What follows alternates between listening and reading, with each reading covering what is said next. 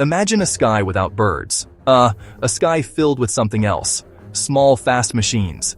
They hum a low, constant tune. They move together, a dark cloud against the sun. They are not alive, but they see everything. They are a swarm, an endless river of metal and wire flowing over hills and cities. They cast long shadows on the ground below. No one sleeps soundly anymore. The watchers in the sky do not need rest.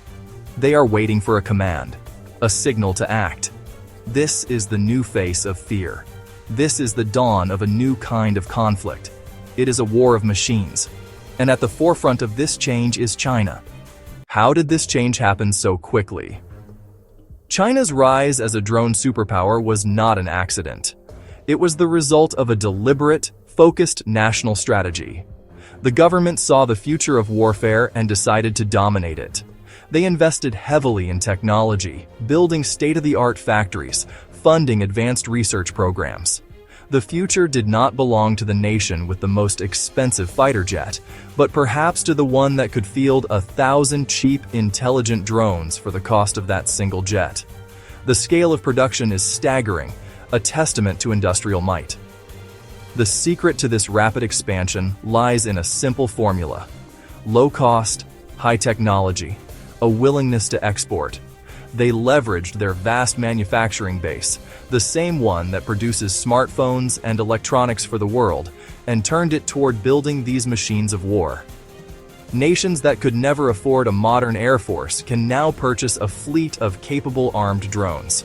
The balance of power is shifting, not just between superpowers, but everywhere. This has opened up new markets across the globe. Countries in Africa, the Middle East, and Southeast Asia have become major customers. By making these drones widely available, China gains not only economic benefits, but also geopolitical influence. These machines are more than just flying cameras. They are complex weapon systems, designed for surveillance. They are complex weapon systems, designed for attack. They are the eyes and the talons of a modern army. They can see with incredible clarity from miles above the earth. They can use thermal imaging to see in the dark. They can linger over a target area for hours, even days, but their capabilities extend far beyond simply watching. These drones are armed. They carry precision-guided missiles. They carry small, powerful bombs. A single drone can track a target, receive authorization, launch a strike with pinpoint accuracy. This combines the role of a spy and an assassin. Some are even being developed with artificial intelligence that helps them identify targets and prioritize them on their own. The AI can analyze the video feed, or in some scenarios, acting on its own. It can find and destroy critical infrastructure, a power station, a communications tower, a supply depot. With a single, well-placed strike, the sky is now armed with eyes that can find you, and talons that can strike from unseen heights. One drone is a threat. 100 drones working together are a nightmare. This is the concept of the swarm. It is a new tactic, a new form of attack that is almost impossible to defend against using traditional methods. Imagine not one, but hundreds or even thousands of small autonomous drones launched at once. They communicate with each other, coordinating their movements, sharing information, and acting as a single intelligent entity.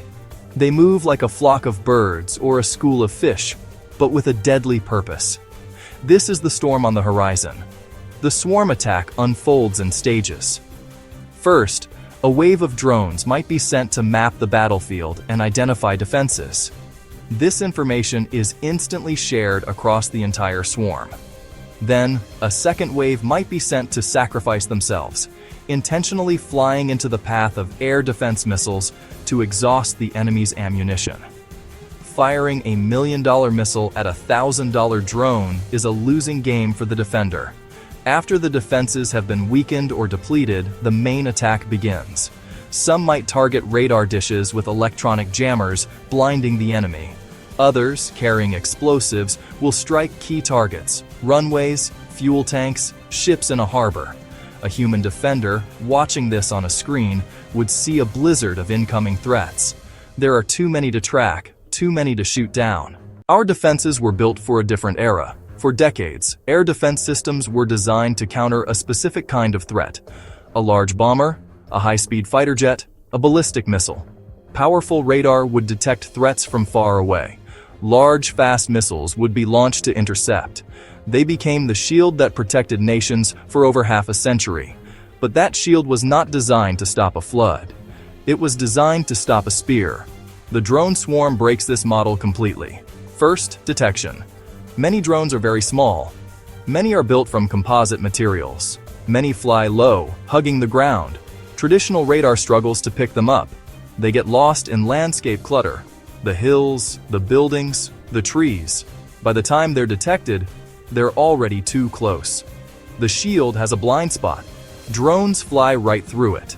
An advanced air defense missile can cost hundreds of thousands, or even millions.